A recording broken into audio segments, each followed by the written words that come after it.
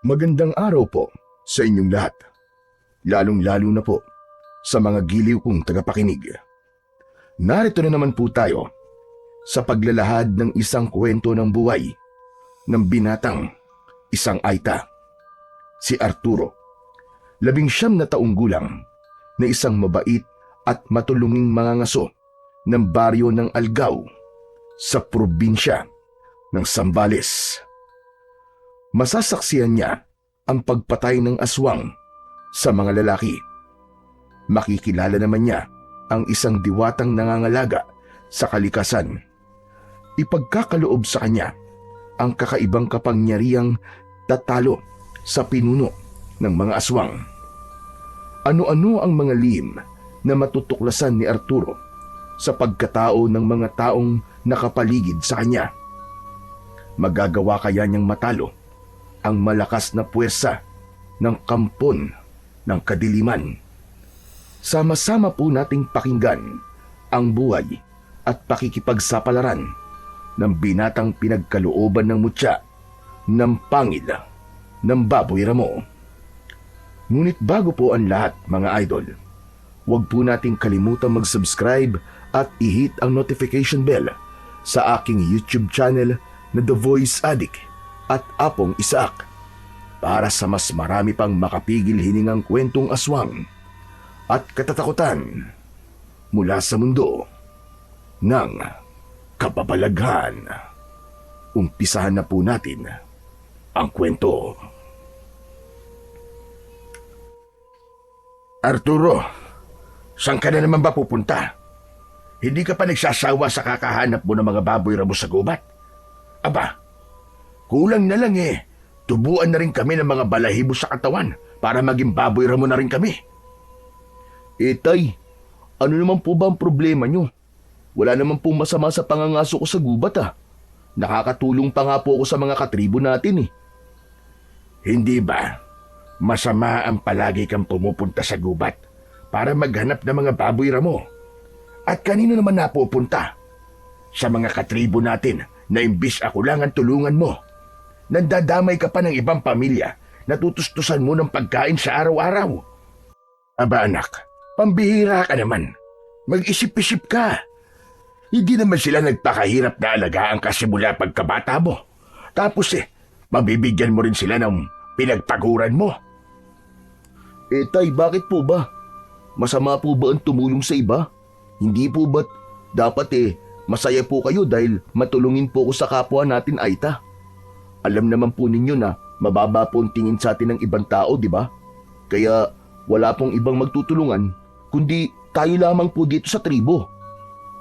Anak, hindi ko naman sinasabing masama ang tumulong sa iba. Ang sakin lang naman wag naman yung madalas.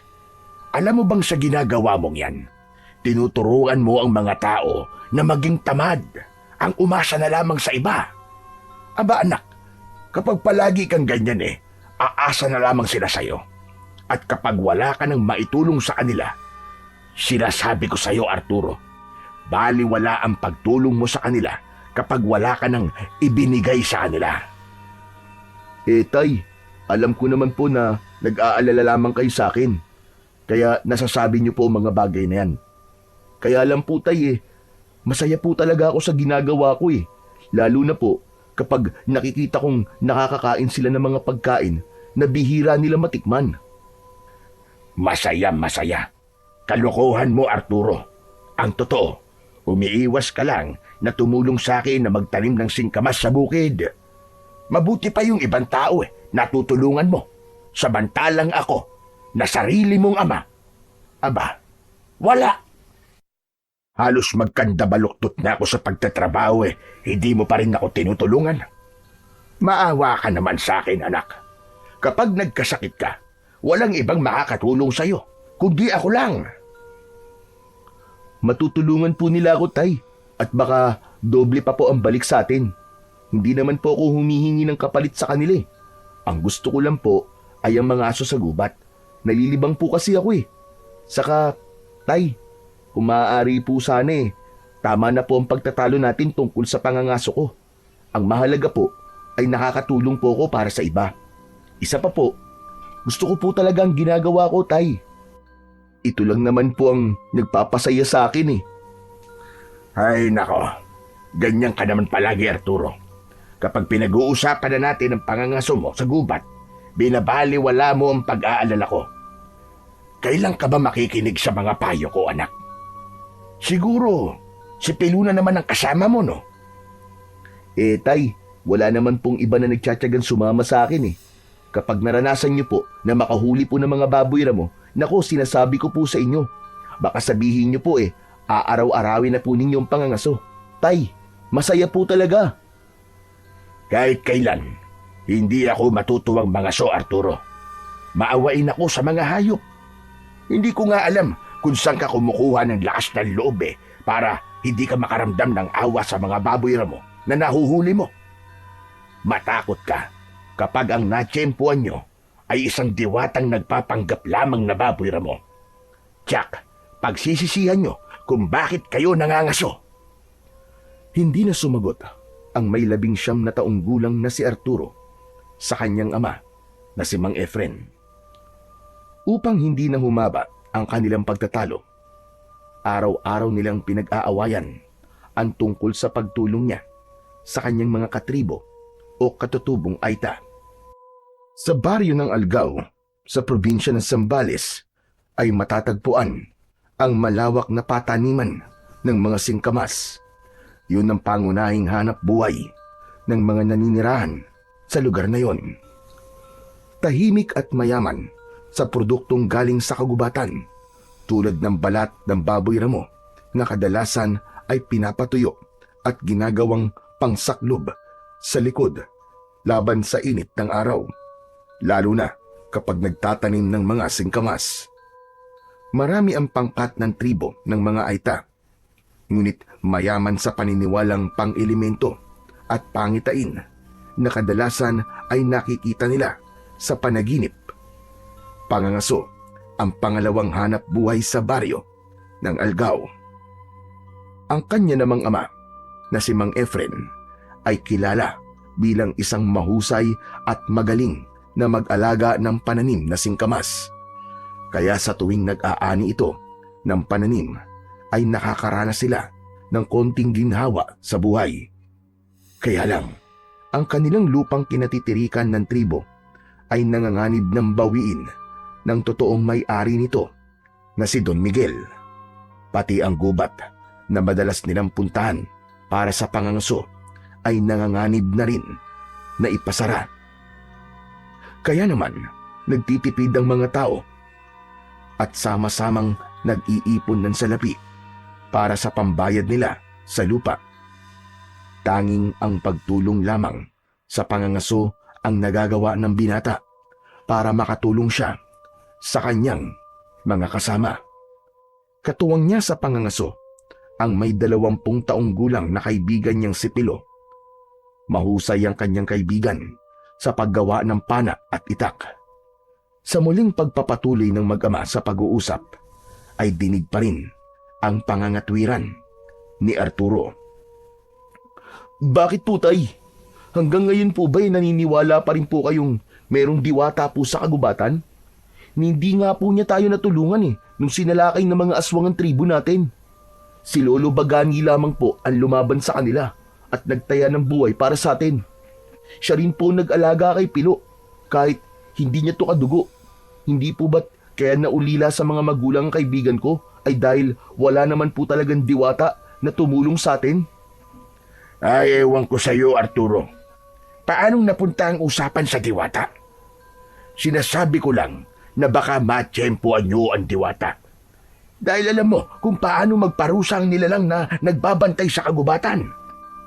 Mabuti sana kung kilala kang mabuting tao. Paano kung parusahan ka? Kapag nakaharap mo, ang diwatang madalas na magpakita sa mga tao, kabahan ka na. Dahil sa oras na ikaw ang matsyempoan niya, pahihirapan ka niya hanggang sa matuto ka. Isa pa, huwag mong kalilimutan na may kakayahan ng diwata na magpalit ng anyo. Tay, pasensya na po pero talagang hindi po ako naniniwala na may diwata. Sa kung meron naman po bakit naman po niya ako pahihirapan tumutulong lang naman po ako sa mga nangangailangan. Dahil inuubos mo ang likas na yaman sa kagubatan. Lalo na mga hayop na malaya sanang namumuhay sa gubat. Hindi mo ba naisip na katulad lamang sila ng mga nangyari sa atin? Hindi ba't sinalakay tayo ng mga kawatan na nagnakaw sa mga kagamitan nating antigo noon? Kasunod ng pagsalakay ng mga aswang, pinatay ang pamilya natin sa pamamagitan ng pana. Kahit saan tayo magtago nun, hinahabol nila tayo na parang mangangaso sila ng hayop. O ano? Anong pinagkaiba ng mga baboy ramo na pinapatay mo sa buhay natin nun? Sige nga. Tay, wag na po ninyong ibalik ang nakaraan. Tapos na po yun eh. Ipinapaalala lamang po ninyo kung gaano tayo kaduwag noon. Tila natigilan si Mang Efren sa sinabi ng kanyang anak, habang si Arturo naman ay naghahanda pa rin ng kanyang mga dadaling sandata papunta sa gubat. Hindi siya maaaring tumigil. Marami ang umaasa sa kanya. Dala ng sama ng loob ay iniwan siya ng kanyang ama sa sala at pumasok ito sa loob ng kwarto. Isang malalim na buntong hininga ang pinakawalan ni Arturo bago siya lumabas ng bahay. Natanaw niya ang kaibigang si Pilo na kanina pang naghihintay sa kanya. Lumapit siya rito sa labas ng kanilang bakuran. Dala nito ang itak at isang lumang gasera. Tol, parang narinig kong nagtatalo na naman kayo ni Mang Efren ah. Huwag na kaya tayong tumuloy. Baka mapahamak lamang tayo eh. Alam mo naman ang kasabihan ng matatanda, di ba? Malas daw kapag may nagagalit sa pag-alis natin. Pambihira. Pati ba naman ikaw, Pilo, naniniwala sa mga pamahiin na matatanda? Basta, tutuloy tayo ngayon. Noong nakaraan na gabi, hindi tayo natuloy sa pangangaso dahil umuulan. Ngayon, tamang pagkakataon na to para gumala sa gubat. Dala mo naman ng gasera at pana mo, di ba? Sayang kung hindi natin gagamitin. Basta, bigla tuloy akong kinabahan sa lakad natin eh. Tamang-tama lang ang alis natin, Pilo. Maliwanag ang buwan at maaliwalas ang paligid. Ano ka ba naman? Tol, parang kinakabahan talaga ako sa gagawin natin ngayon eh. Tol, alam mo, ngayon lang nangyari sa akin to. Ano ka ba naman, Pilo? Pwede ka naman na hindi sumama eh. Walang namimilit sa'yo. Saka, ano bang kinakatakot mo? Matagal na natin tong ginagawa. Isa pa, alam mo naman na ito lamang ang paraan para malaman natin ang sitwasyon sa bundok, di ba? Napatango na lamang si Pilo bilang pagsang-ayon nito sa kanyang kaibigan. Ngunit hindi alam ng marami sa kanila na ang pangangaso ni Arturo ay dahilan na lamang ng pagpunta nila sa kagubatan. Dahil ang totoo, naghahanap talaga si Arturo ng katarungan sa mga nangyari sa kanilang pamilya. Aalamin nila kung bakit ipinagbabawal para sa kanila ang pagpunta sa gubat. Kaya naman, gabi-gabing umaalis sina Arturo at Pilo para sa kanilang mga plano sa mga taong naging dahilan ng kamatayan ng kanilang mga mahal sa buhay. Balak nilang hanapin ang kuta ng mga aswang dahil naniniwala silang may itinatago si Don Miguel sa gubat. Kaya pinagbabawalan sila na pumunta roon. Nagsimula na maglakad ang magkaibigan papunta sa kagubatan. Umaasa sila sa liwanag ng buwan, saka lamang nila gagamitin ang gasera kapag sila ay pauwi na. Pagkalipas ng ilang minutong paglalakad, ay tumigil sila sa malagong halamanan. Nakarinig sila ng kaluskos na parang may baboy ramo na malapit lamang sa kanilang kinaroroonan. Inihanda ni Arturo ang kanyang pana at isinawsaw ang dulo ng talim sa lason na pampatulog sa mga baboy na mahahanap nila. Maya-maya pa ay nakita nila ang mataba at malaking baboy ramo na abala sa pagsabsab ng damong ligaw, habang panay ang huni nito. Malago ang tayong balahibo ng hayop, habang ang dalawa nitong pangil ay nakalitaw sa bibig. Kaya lang, tila napansin ng binata na biglang kumislap ang pangil ng baboy ramo sa liwanag ng buwan. Nagtataka siyang napatingin sa gawin ni Pilo dahil pakiramdam niya ay parang siya lamang ang nakakita ng bagay na yon. Bigla niyang naisip na kunin ang pangil nito sa oras na mahuli nila ang baboy ramo. Pilo, ako ang uhuli sa baboy ramo ha. Ikaw na muna rito sa gilid ng puno. Sige, mag-iingat ka lang, tol. Baluktot ang katawan ni Arturo na nagpalipat-lipat sa punong madadaanan niya, papalapit sa kinaroroonan ng baboy ramo. Magaan ang akbang ng kanyang paa na iniiwasan na lumika ng ingay. Hindi niya inaalis ang kanyang paningin sa baboy ramo na abala pa rin sa pagsabsab ng damo. Ngunit napapansin niya na panay ang tigil nito sa pagkain at lumilinga sa paligid na parabang may hinahanap. Kaya hindi malapitan ni Arturo ang baboy ramo. Akma na sanang sisipatin ni Arturo ang baboy ramo nang makarinig siya ng ingay mula sa kakawyan. Boses ng lalaki na nagmamakaawa na wag itong papatayin. Kaya naman, bumundol ang kaba sa kanyang dibdib, lalo na nang tumakbo ang baboy ramo sa kakawyan kung saan ay nagmumula ang ingay. Dala ng kanyang pagtataka ay sinundan niya ang hayop. Maya-maya pa ay narating niya ang kinaroroonan ng nagkakagulong mga tao. Naramdaman din ni Arturo ang paglapit sa kanya ni Pilo habang natatanaw nila ang baboy ramo na parang nagtatago rin sa kakawyan at nakamasid sa nangyayari sa grupo ng mga kalalakihan. Tol, ano nangyayari? Tignan mo, tol. May mga kalalakihan na tila taga-kabilang baryo. Sa gitna naman ay isang lalaking nagmamakaawa. Ang sabi niya huwag daw siyang papatayin. Nangihingi lang ng tulong ang lalaking yun.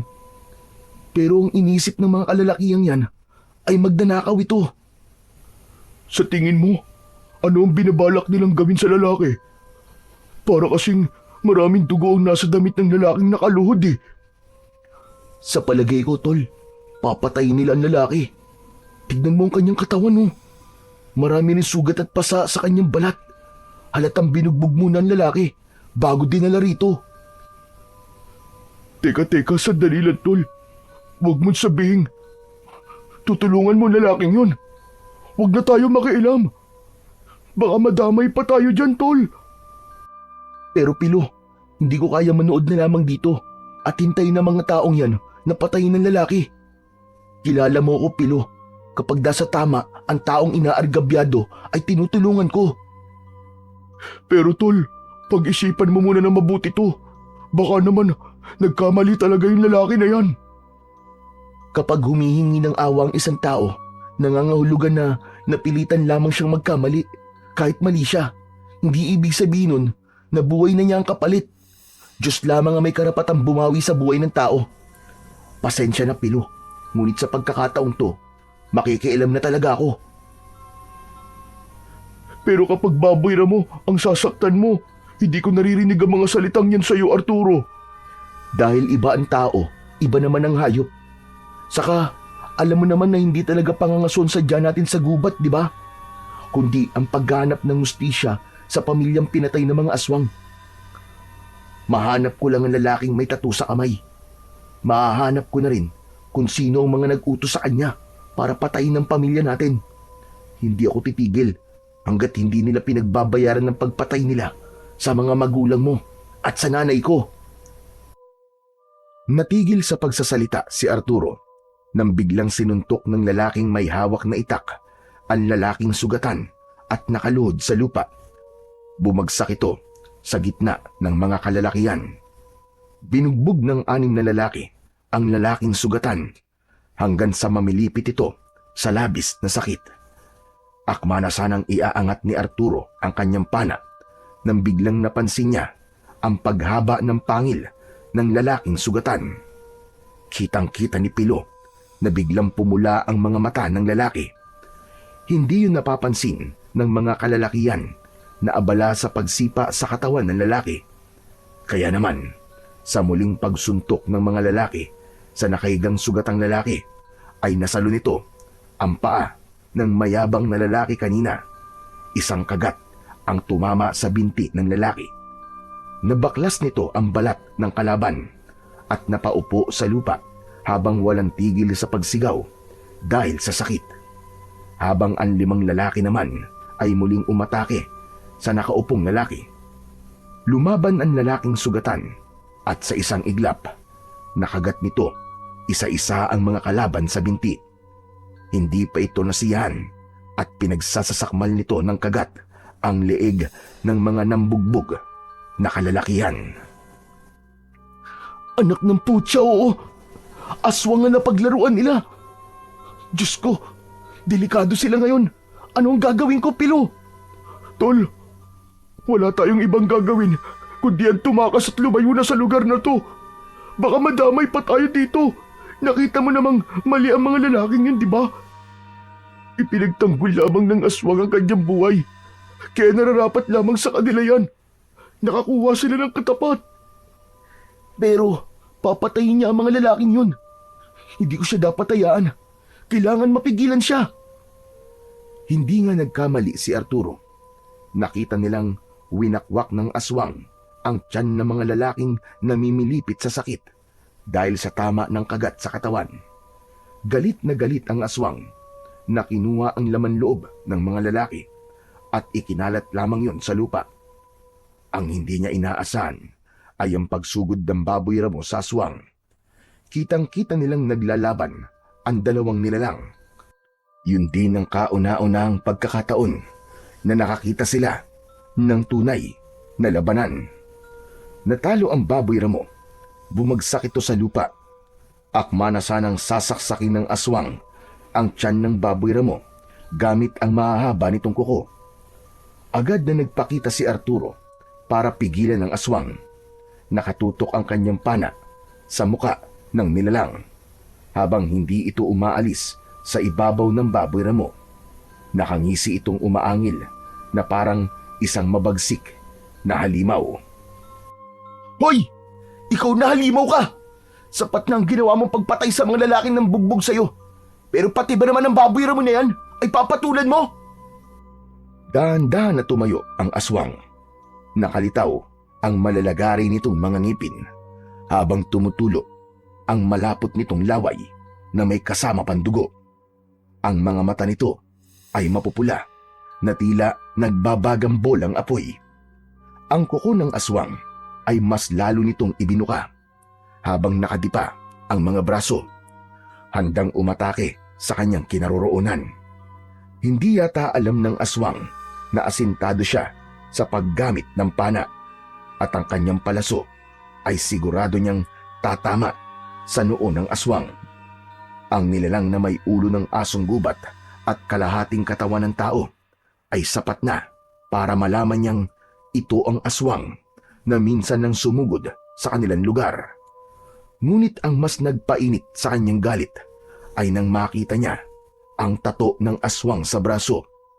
Maaaring alagad ito ng mga nilalang na pumatay sa pamilya nila. Ito ang aswang na lobo dahil sa kanilang anyo na malaasong gubat. Umangil ito ng malakas, ngunit kinagat na ito ng baboy ramo sa binti bago pa man ito makahakbang. Kaya naman, nabaling ang atensyon ng aswang sa hayop na nakahiga sa lupa. Kinagat nito sa leeg ang baboy ramo. Kaya lang, hindi tumalab ang pangil nito sa makapal na balat ng hayop. Hindi na nag-aksaya ng oras si Arturo. Binitiwan niya ang palaso at diretso ang pagtama sana nito sa noo ng kalaban. Kaya lang, nasalo nito ang palaso at yun mismo ang ginamit ng aswang para isaksak naman sa katawan ng baboy ramo. Nanlalaki ang kanyang mga mata dahil alam niyang may lason ang kanyang pana. Naku po, hindi maaari. Hoy aswang! Layuan mo ang baboy ramo! Dala ng gulat ni Arturo, kitang-kita niya ang ilang beses na pagsaksak ng aswang sa katawan ng baboy ramo. Kaya naman, sumugod siya rito dala ang itak na ibinigay sa kanya ni Lolo Bagani. Inatake niya ito ng taga at galit na galit siyang pinagmumumura ang aswang. Sinulyapan niya ang nakahandusay na baboy ramo habang nakahiga ito sa lupa. Naliligo ito sa sarili nitong dugo. Ginagawa niya rin yun. Kaya lang, iba ang nararamdaman niyang awa sa baboy ramo ng mga sandaling yun. Nakita niyang lumapit ang kaibigan niyang si Pilo sa kinaroroonan ng baboy ramo. Walang tigil sa paghuni ang hayop dahil sa labis na sakit. Habang si Arturo naman ay sumugod sa kinaroroonan ng aswang. Bawat pagpalo niya ng itak dito ay hindi siya tumatama. Naiiwasan nito ang bawat pag-atake niya. Kaya naman, nang makahanap ng pagkakataon ng aswang, ay gumanti ito sa kanya gamit ang matutulis nitong mga kuko. Naramdaman niyang tinamaan siya ng kalmot nito sa kanyang likod. Masakit at walang kapantay na kirot, lalo na nang bumaon ng mahaba nitong pangil sa kanyang balikat. Napasigaw si Arturo sa sobrang sakit. Saka lamang niya naalala ang pinagtalunan nilang mag-ama kanina. Ito ang sinasabi sa kanya ni Mang Efren. Ang makaengkwentro niya ang aswang na papatay sa kanya. Narinig niya ang malakas na boses ng kaibigang si Pilo. Bakas ang pag-aalala sa mukha nito. Tol! Tol, lumaban ka! Huwag kang papatalo sa kanya, Tol!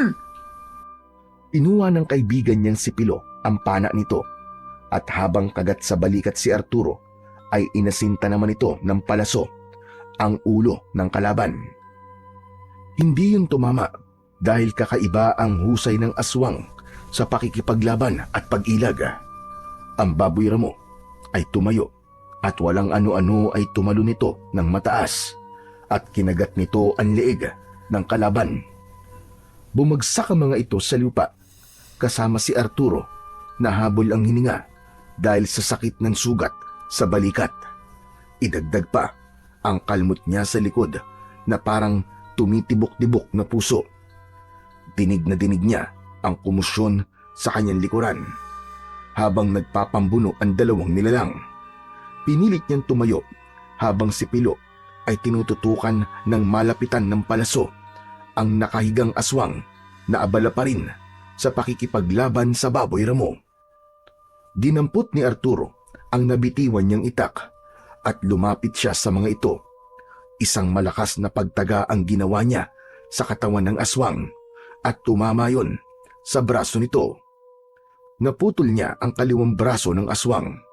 Kaya naman, bumangon ito habang umaangil at inatake siya nito ng kagat. Subalit naiwasan niya yon. Gumanti si Arturo ng taga sa balikat nito. Dahil nangihina na ang katawan ng aswang, hindi na nito nailagan ang pagtama ng kanyang itak sa katawan nito. Bumagsak ang aswang sa lupa habang nag-aagaw buhay na malalim ang hinga. Umiyak ito at nagsalita na sinabing nagawa lamang nitong magnakaw ay dahil sa anak nitong may sakit. Aswang sila pero hindi sila masama. Napilitan lamang itong lumaban sa mga lalaki dahil balak itong patayin ng mga ito. Ang lahat ng galit ni Arturo ay nawala at napalitan ng pagsisisi. Pakiramdam niya, siya ang nagkamali. Habang ang baboy ramo na nakahandusay sa lupa ay unti-unting nagkaroon ng liwanag sa buong katawan. Teka, anong klaseng nilalang ka? Bakit nagliliwanag ang buong mong katawan? Sino ka?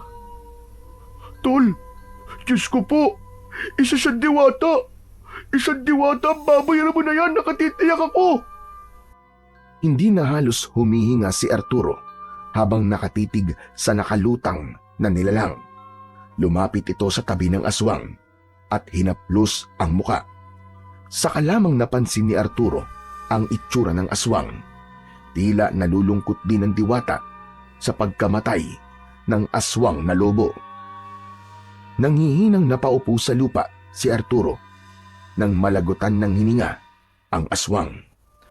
Dilat ang mga mata nitong nakahawak ang isang kamay sa dibdib, habang ang mga mapupulang mata ay inagusan ng luha. Parang pinipiga ang dibdib ni Arturo ng mga sandaling yun sa labis na pagsisisi, habang ang kanyang paningin ay muling nabaling sa nilalang na bumaba sa lupa. Mula sa pagiging hayop ay naging isang magandang babae ito. Maraming bulaklak sa ulo na nakadagdag sa napakaamo nitong muka. Ngunit kapansin-pansin ang singkit na mga mata at mataas nitong tenga.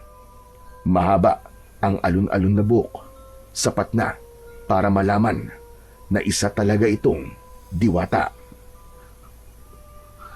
Mahal na diwata, patawarin niyo po ako. Nagkamali ako.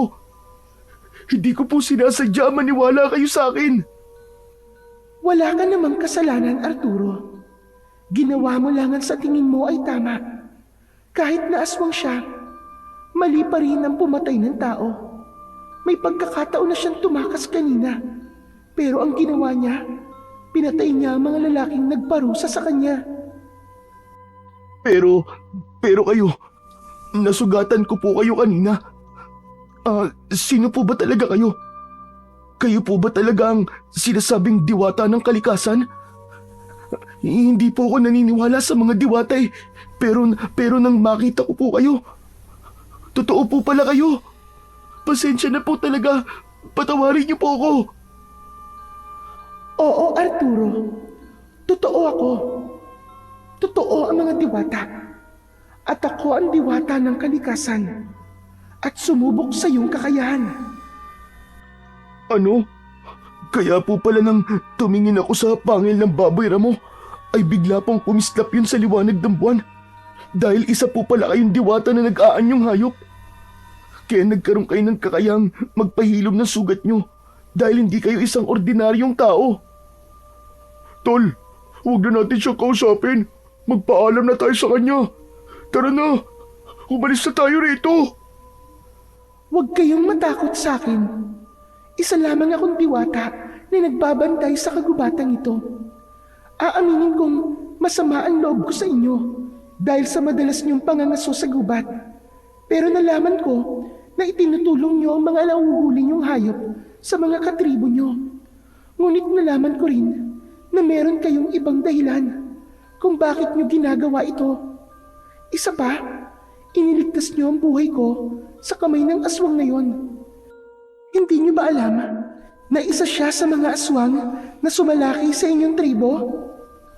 Patunay ang kanyang tattoo na paniki sa kanyang braso. Tatak yun bilang kampo ng kadiliman. Huli na ang kanyang pagbabago. Kaya lang naman siya napahiwalay sa mga kasama niya dahil itinuturing siyang traidor ng kalahi niya. Teka. Kung ganun po, kasama po pala talaga siya sa pumatay sa pamilya namin. Pero, ano po ba ang pangalan niyo? Ako si Diwatang Ada, ang diwata ng kagubatan. Kung kanina nakita mo ang aking pangil na kumislap sa liwanag ng buwan, nangangahulugan na ikaw ang binatang pinili ng aking kapangyarihan upang pigilan ang nagbabantang pagsalakay ng maraming aswang sa inyong tribo. Nakikita kong marami na naman ang magbubuwis ng buhay at kasama kayo ng kaibigan nyo sa mamamatay. Aba, teka, sandali lang po, Diwatang Ada. Ang ibig niyo pong sabihin ay sasalakayin na naman po kami ng mga aswang na lobo? Pero bakit palagi po kami ang kanilang sinasalakay? Ano po ba ang dahilan? Dahil sa nakatagong kuweba sa lupain nyo, andun ang lumang altar ng mga aswang kung saan nakatago ang luma nilang libro na pinaglalagyan ng kanilang propesiya. Hindi ko alam kung nasaan ang lagawsan nito, ngunit sigurado akong hindi pa yun natatagpuan ng kahit na sino. At kung may nakatagpo man sa lagawsan ng kuweba, ay natitiyak kong itinago niya yun sa lahat sa kanyang sariling dahilan. Ikaw, Arturo, ang napili kong mangangalaga sa aking kapangyarihan.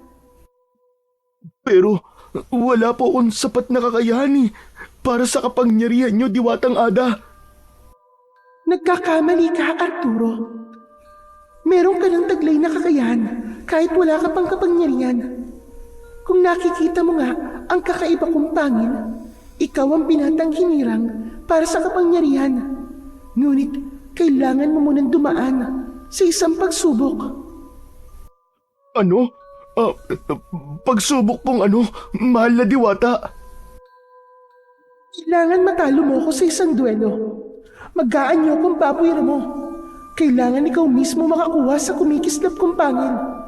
Dahil ang ibig sabihin ng nona ay pinagkalooban kita ng mutya ng pangil ng baboy mo. Teka, paano naman po ako? Kasama po ba ako sa pagsubok na ibibigay niyo po, mahal na Diwatang Ada? Hindi ka kasama, Pilo. Sapat nang maging alalay ka ni Arturo sa paggawa ng kabutihan. Protektahan mo ang kaibigan mo na walang makakaalam sa kanyang magiging misyon. Tandaan nyo, mahusay, mabilis at tuso ang kalaban. Ang aswang na nakalaban nyo ay alagad pa lang, ngunit nahirapan na kagad kayo. Paano pa kung ang mismong pinuno na ang makalaban ninyo? Matagal na hindi nakasagot si Pilo sa sinabi ng mahal na Diwata, habang si Arturo naman ay nahulog sa malalim na pag-iisip.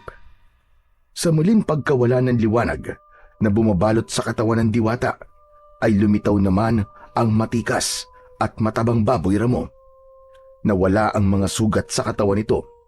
Nakatayo lang ito sa kanilang harapan habang nakatitig sa nakatayo rin na si Arturo. Mabilis na lumundag ang kalaban papunta sa kinaroroonan ni Arturo. Dahil mahina ang kanyang katawan sa sugat na natamo, hindi niya naiwasan ang pagtama ng ulo nito sa kanyang tiyan. Bumagsak siya sa lupa kasama ang baboy ramo. Tinungtungan siya ng paa nito na agad naman niyang naiwasan. Ngumisi ang baboy ramo at lumitaw ang kumikislap nitong mga pangil. Akma na sanang kukunin niya yun nang muli siyang binangga ng ulo nito sa kanyang tiyan. Kaya't pasadsad siyang bumalandra sa puno. Naramdaman niya ang sakit sa kanyang sugat sa balikat. Hindi ka maaaring magpatalo sa sakit na nararamdaman sa katawan mo. Isipin mo kung paano mo makukuha ang mga pangil ko at kung paano mo ako matatalo. Dahil sa oras na matalo kita, buhay mo ang nakataya. Ang bihira namang pagsubok yan, Diwatang Ada. Wala naman po sa usapan natin ang maglaban. Dahil hindi pa yan nangaabutin mo kung sakaling makaharap mo na ang pinuno ng mga aswang, Arturo. Kaya't tumayo ka. Lumaban ka, Arturo. Sandali lang, mahal na Diwata. Wala naman sanang mangyaring masama sa kaibigan ko. Kung gusto po niyong ibigay sa kanyang kapangyarihan, bakit naman po kailangan niyo pa siyang pahirapan ng ganito? Dahil kasama yon sa mga kailangan niyang pagdaanan. Sinusukat nito kung gaano katatag ang katawan ng taong pinagkalooban ng mutya ng pangil ng baboy ramo. Pagkatapos nun ay muling nagpatuloy ang labanan. At sa pagsugod ng baboy ramo, nakailag si Arturo. Nasuntok niya ng kanyang kamao ang batok ng baboy ramo at bumagsak ito ng pasadsad sa lupa. Agad na lumapit ang binata sa kinaroroonan ng nakaigang baboy ramo. Tangka na sana niyang susuntukin ulit ito sa muka nang bigla itong nakatayo at inuntog siya nito ng ulo. Pero dahil sa kagustuhan niyang magkaroon ng kapangyarihan para mabigyan ng katarungan ang nangyari sa kanyang ina at kapatid, ay nakipaglaban siya rito ng lakas sa lakas. Hindi siya nagpatinag sa malakas nitong pagbangga sa kanyang tiyan. Ibinuka niya ang kanyang hita upang ang puwersa ng baboy ramo ay mapigilan ng kanyang katawan. Hinawakan niya ito mismo sa dalawang pangil na nakausli sa bibig nito. Saka niya iniikot sa ere kasama ng katawan ng baboy ramo. Iniharang niya ang katawan niya at bumagsak sa lupa ang baboy ramo. Naputol ang dalawang pangil nito at nagkaroon ng liwanag sa buong kagubatan. Nasilaw si Pilo. Hindi rin ito makapaniwalang nagawa ni Arturo na makuha ang pangil ng baboy ramo. Tol! Tol, nagawa mo! Natalo mo ang diwata! Biglang bumalot ang liwanag sa katawan ng baboy ramo at katulad ng inaasahan, bumalik ito sa pagiging diwata, ngunit nawawala ang dalawang ngipin. Nakangiti itong binati si Arturo sa tagumpay nito sa laban sa baboy ramo. Nakita mo na ang kakayahan mo, Arturo. Meron ka talagang taglay na kakayahan kahit wala ka pang kapangyarihan. Dahil ikaw nga ang binatang nakatakda na lalaban sa kampo ng kadiliman. Hanapin ninyo ang kinaroroonan ng kuweba dahil malaki ang may tutulong ng aklat sa nakatalang propesiya laban sa pinuno ng mga aswang na lobo. Mag-iingat kayo. Biglang naglaw ang diwata sa kanilang harapan at ang dalawang pangil ng baboy ramo ay biglang naglaho rin sa dalawang palad ni Arturo. Napalapit sa kanyang kinatatayuan si Pilo. Nanlaki ang mga mata nitong hinawakan ng kanyang kamay. Hinahanap nito ang naglaho na pangil sa kanyang palad. Anak ng... Pambihira naman, Tol! Naglawang bigla ang dalawang pangil! Grabe naman ang kababalagang nangyari sa atin ngayon. Tol, baka kailangan na nating umuwi sa bahay. Natatakot na ako. Baka hindi lang diwata ang makita natin sa gubat na to eh. Pinagmasdan muna ni Arturo ang mga nakahandusay na katawan ng mga lalaking pinatay ng aswang na lobo. Hindi nila alam kung paano niya ipapaalam sa kanilang kapitan ang nangyari sa katawan ng mga lalaki. Ngunit alam din naman ng kanilang punong barangay na sadyang may mga nilalang sa dilim na patuloy na namiminsala sa mga tao. Mabigat ang kanyang paa na naglakad pa uwi sa kanilang bahay. Iniwan nila ang mga namatay na biktima at dumiretso sa bahay nila kasama ang kaibigang si Pilo. Hindi muna sila pumasok sa loob ng kanilang bahay. Sa halip ay nag-usap muna sila ni Pilo sa puno ng mangga na merong upuan na gawa sa kahoy. Nakatanaw sila sa kakauyan at ramdam na ramdam ni Arturo ang pananakit ng kanyang sugat sa balikat at sa likod. Tol, ano kaya kung gamutin ko muna ang mga sugat mo sa likod at balikat? Ano sa tingin mo? Salamat. Mabuti pa nga at gamutin mo na ang sugat ko. Kanina ko pang tinitiis ang sakit eh. Alam mo hanggang ngayon, hindi pa rin ako makapaniwalang mangyayari sa akin yun eh. Ang daming nangyari, grabe. Hindi mawala sa isip ko ang aswang na napatay ko kanina. Paano kung may anak nga siyang naghihintay sa kanya? Parang ako pa ang naging dahilan kung bakit nawalan ng ama yung bata. Bakit ba nakukonsensya ka, Tol? Naisip mo ba kung ilang buhay ang kinuha ng aswang na yun bago mo siya napatay? Kulang pa ang buhay niya sa mga buhay na nawala sa atin. Kung nalaman ko kagad na siyang sumalakay sa baryo natin, baka ako pa mismo ang pumatay sa kanya. Ang dapat mong isipin ngayon ay kung paano mong magagawa ang misyon. Hindi biro ang mga aswang na makakalaban natin. Alam ko naman yun pare.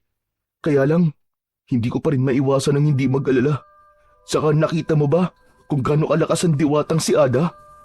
Kung paano niyang natalo ang lason sa pana at kung paano niya napagaling ang kanyang sarili. Kung meron siyang ganong kapangyarihan, bakit kailangan pa niyang hanapin ang binatang hinirang para sa mutya ng pangil ng baboy ramo? Hindi ba't nakapagtataka naman yun, Pilo? Kung sa bagay, may punto ka naman, Arturo. Kaya lang, ang paglaho ng pangil sa mga palad mo ay palatandaan na ang mutya na mismo ang nagbigay sa'yo ng kapangyarihang yan. Gawin na lang natin ang lahat para magawa mo ang tungkuling nakaatang sa balikat mo. Tol, huwag kang mag-alala. Palagi mo kong kasama at magtutulungan tayo. O sige na, tanggalin mo na muna ang damit mo nang magamot ko na ang sugat mo. Mabuti na lamang at palagi kong dala ang langis na panggamot sa sugat. Kaya nga, malaki na talaga ang utang na loob ko sa iyo, Piloy. Teka, kumusta nga pala si Lolo Bagani? Ayun, palagi na lamang nakahiga sa kanyang katre. Masipag pa rin siyang gumawa ng mga gamot at palagi pa rin nagbabasa ng aklat natin sa tribo. Bilib din ako kay Lolo Bagani dahil kahit 70 taong gulang na siya, malakas pa rin. Ang tinutukoy na si Lolo Bagani ay ang pinakamatandang lalaki na nabubuhay sa kanilang tribo. Kung minsan ay tinatawag nila itong elder dahil sa katandaan nito. Mabait at mahilig sa pamahiin ang matanda. Nang sumalakay ang mga aswang sa kanilang tribo, ay ito mismo ang lumaban para sa kanila. At kaya sila nabubuhay ngayon ay dahil ito rin ang nagligtas sa kanilang lahat. Naisip ni Arturo na kung kakausapin nila ang matanda, ay malalaman nila kung nasaan ang lihim na kuweba na siyang binabalik-balikan ng mga aswang. Teka, sa tono ng pagtatanong mo, Arturo, parang pareho tayo ng naiisip na gawin ah. Tama ka pare.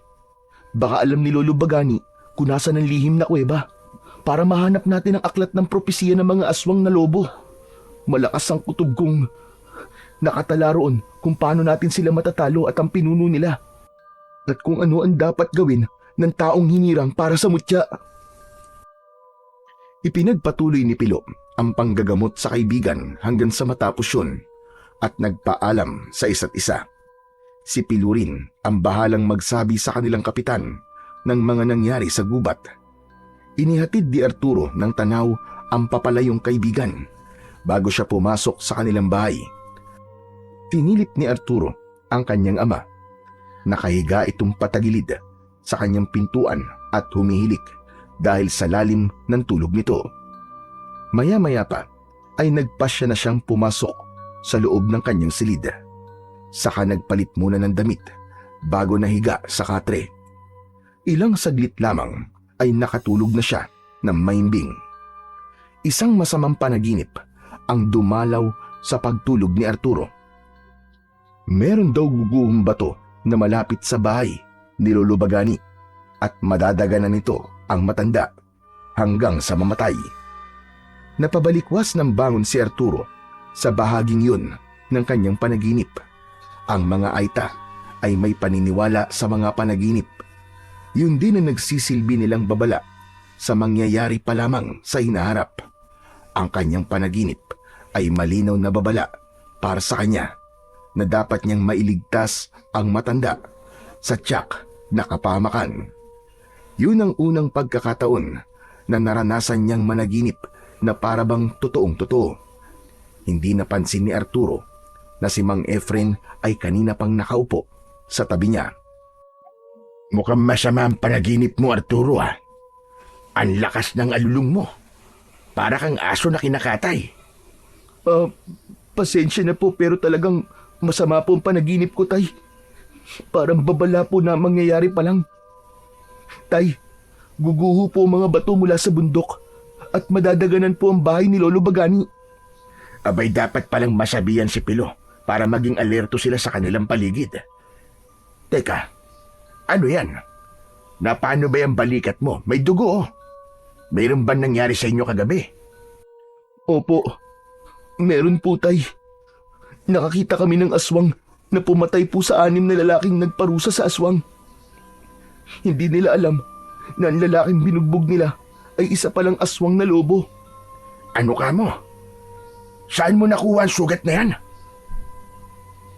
Nilabanan ko po ang aswang at napatay ko po siya, Tay. Pero 6 na lalaki ang naging biktima niya. Hindi ko po sila nailigtas. Namatay po silang lahat. Ba't tinamaan ka ng lintik na lalaki ka? Paano kung ikaw naman ang napatay ng aswang na yun? Kaya nga sinabihan na kita na huwag ka nang lumalabas pa ng gabi. Pambihira ka naman, oo. Mabuti na lang at yan lamang ang tinamo mo. Eh kumusta naman si Pilo? Nasugatan din ba siya? Hindi po siya nasugatan, Tay. Mabuti na lang po talaga at natalo ko po ang aswang. Talagang mabuti at buhay ka pa hanggang ngayon. Eka, nasabi niyo na ba kay Kapitan ang mga nangyari sa inyo kagabi? Opo, Tay. Si Pilo na raw po ang bahalang magsabi kay Kapitan. Siya nga po pala, Tay. Pupunta po muna ako sa bahay ni Lolo Bagani, Mahalaga pong malaman yan tungkol sa panaginip ko eh. O sige, ikaw ang bahala. Bilisan mo lang at sumunod ka sa taniman ng singkamas. Tulungan mo akong mag-ani ng singkamas at nang maibenta natin sa palengke. Tumayo ang kanyang ama mula sa pagkakaupo nito sa gilid ng kanyang katre bago ito tuluyang lumabas ng kanyang silid at naghanda ng mga dadalin papunta sa taniman nila ng singkamas. Kahit masakit pa rin ang sugat ni Arturo, ay naghanda siya ng mga dadalin na gamit papunta sa bahay ng kaibigan. Madalas siyang pumupunta sa bahay ni Lolo Bagani pero kahit kailan ay hindi pa siya nakikipag-usap sa matanda. Kakaibang manalita ang lolo ni Pilo. Palaging may tono na parang sa lumang aklat. Malalim at makahulugan kaya hindi niya iniintindi ang sinasabi nito. Naunang umalis si Mang Efren bago naman sumunod si Arturo. Maya-maya pa ay naramdaman ni Arturo ang kanyang sarili na parang magaan ang kanyang katawan. Dala niya ang itak at pana na madalas naman niyang hawak kapag umaalis siya. Masukal ang gubat at tanging huni lamang ng mga ibon ang naririnig niya. Bigla rin ang pagkulimlim ng langit na parabang nagbabanta ang pagbagsak ng ulan. Kaya naman, mas lalong binilisan ni Arturo ang kanyang paglalakad. Pambihira naman panahon to. Ngayon pa talaga uulan. Hindi nagtagal ay nagsimula na ngang pumatak ang ulan.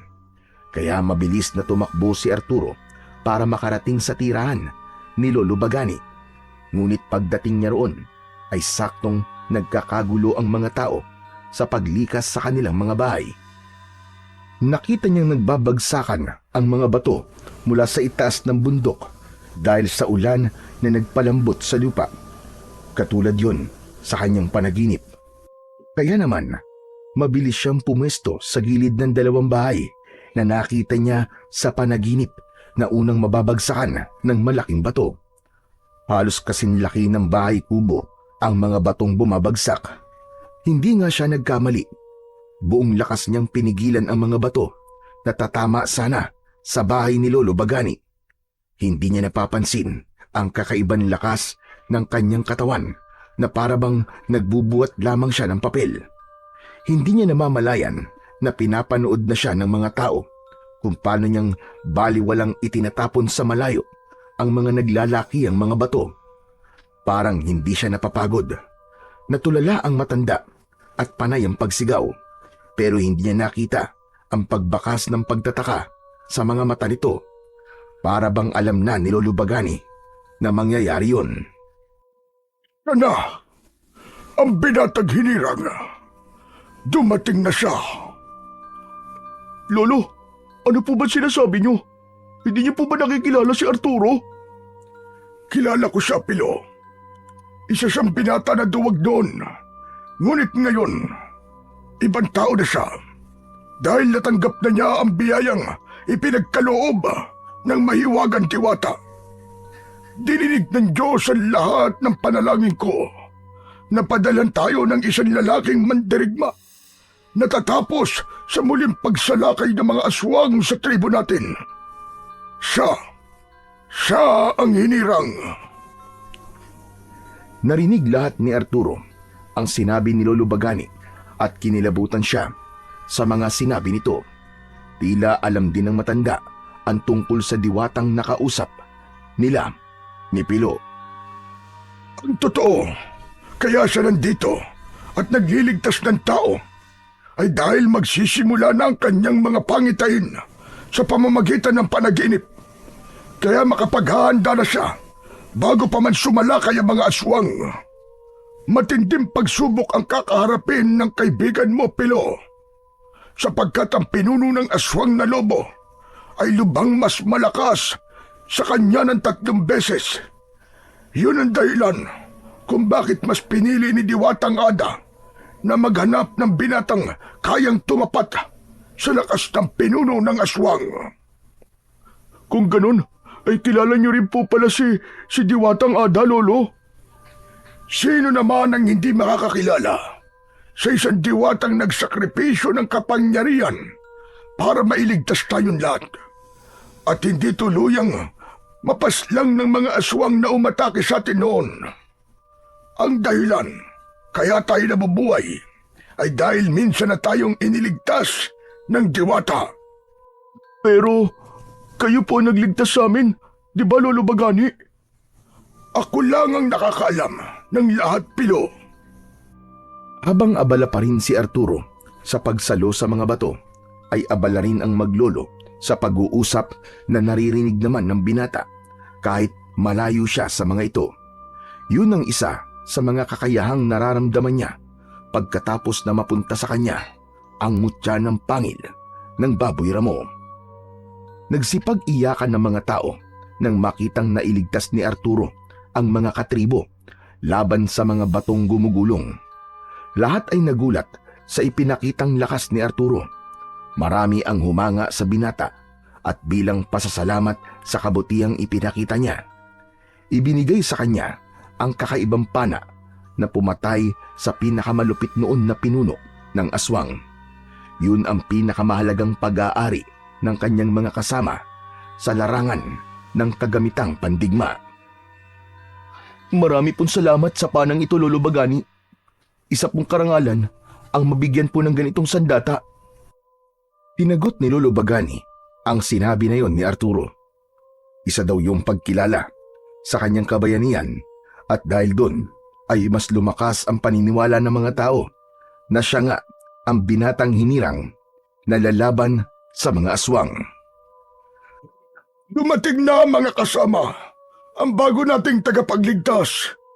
Sinasabi ko na nga ba't dinidinig ng Panginoon ang ating mga dalangin.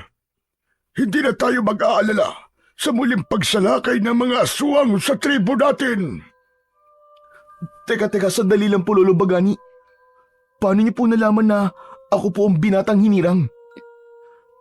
Pagkatapos kong masaksihan ang ginawa mo kanina, alam kong ikaw na ang matagal na naming hinihintay, ang magtatanggol sa ating tribo laban sa mga kampon ng kadiliman. Pero Lolo, mali po yatang ipagkalat natin sa kanila ang tungkol sa hinirang na bagong tagapagligtas ng ating tribo.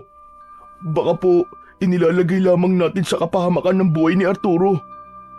Hindi siya mapapahamak, Pilo, dahil kaya niyang ipagtanggol ang kanyang sarili.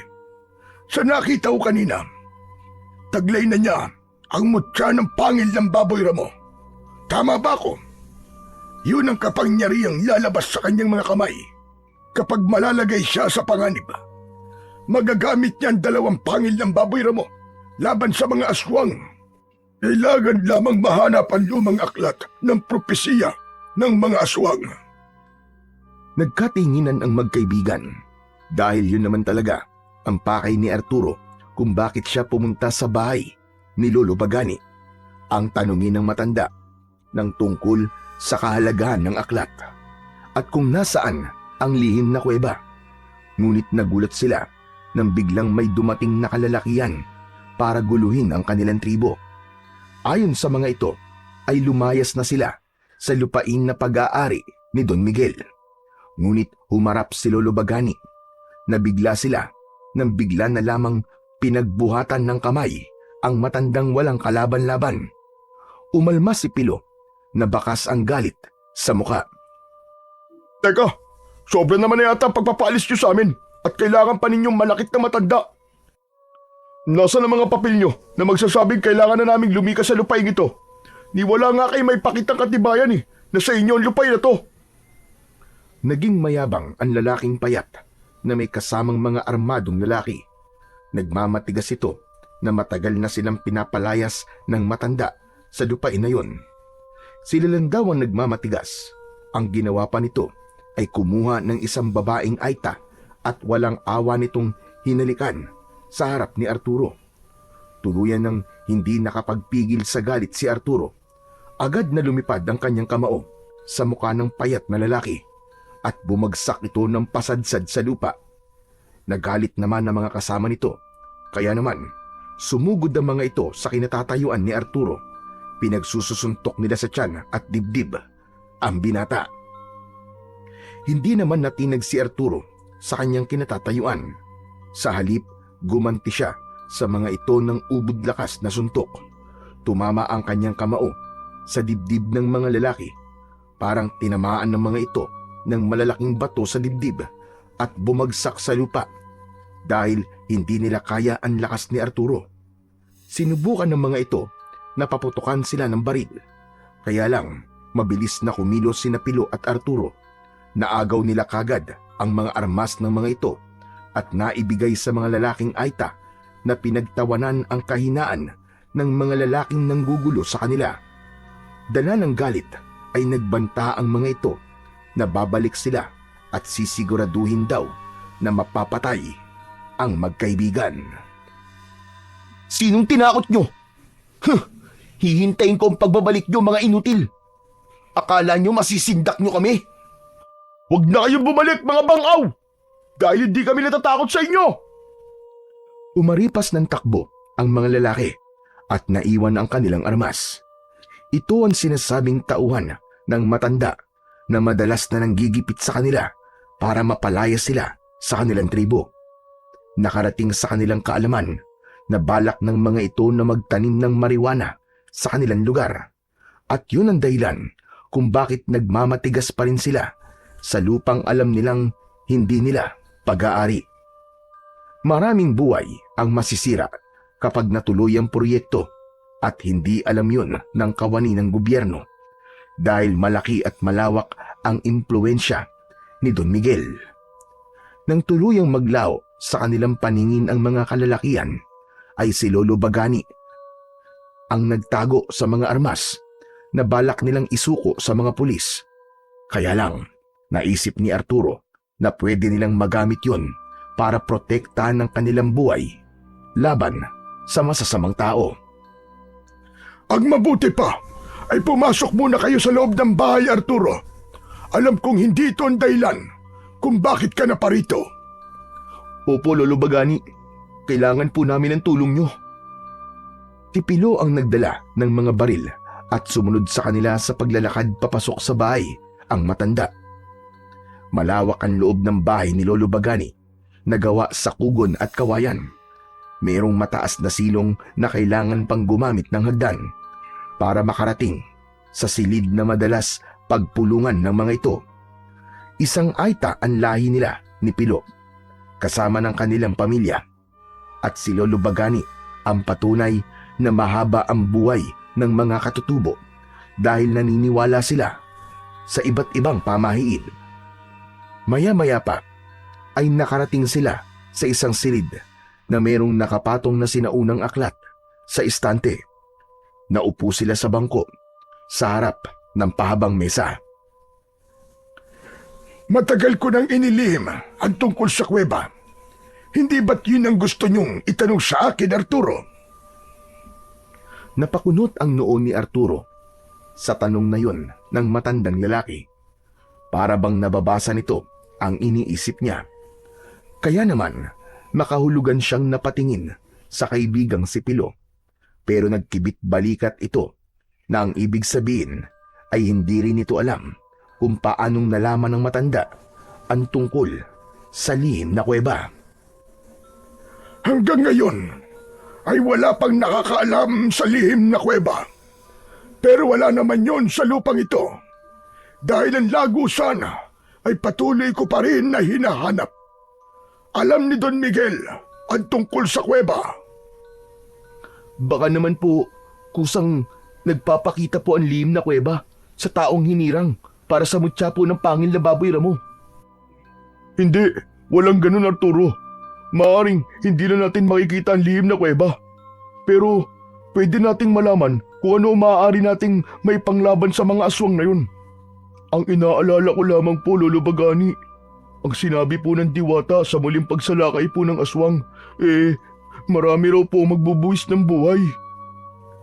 Matagal ko nang alaman tungkol sa bagay na yan, Pilo. Katulad mo, Arturo. Alam ko rin ang tungkol sa mga panaginip dahil nakakaranas din ako ng mga ganyan. Kaya nga nalaman ko na ang hinirang ay ikaw. Dahil sa aking panaginip, nakita kong may isang lalaki ang pumigil sa malalaking bato. Kung ganun, Lolo Bagani, talaga po palang nakakakita kayo ng mga mangyayari pa lamang sa inaharap. Oo, matagal na, Pilo. Ikaw lang ang hindi naniniwala sa akin. Ay siya nga pala. Ano bang balak nyo ngayon? Tuloy pa rin po sa pangangaso para makatulong po sa mga katribo natin. Pangangasulan ba talaga ang ginagawa nyo? O paghahanap sa kuta ng mga aswang? Aba, Arturo, wala akong sinabi kay Lolo Bagani ha. Sadyang hindi lamang tayo makapaglihim sa kanya. Wala naman akong sinabi sa iyo, Pilo ah. Nagugulat lamang ako sa kakayahan ni Lolo Bagani. Matagal na po ba ninyong alam ang tungkol sa ginagawa namin ni Pilo? Kagabi ko lang nalaman.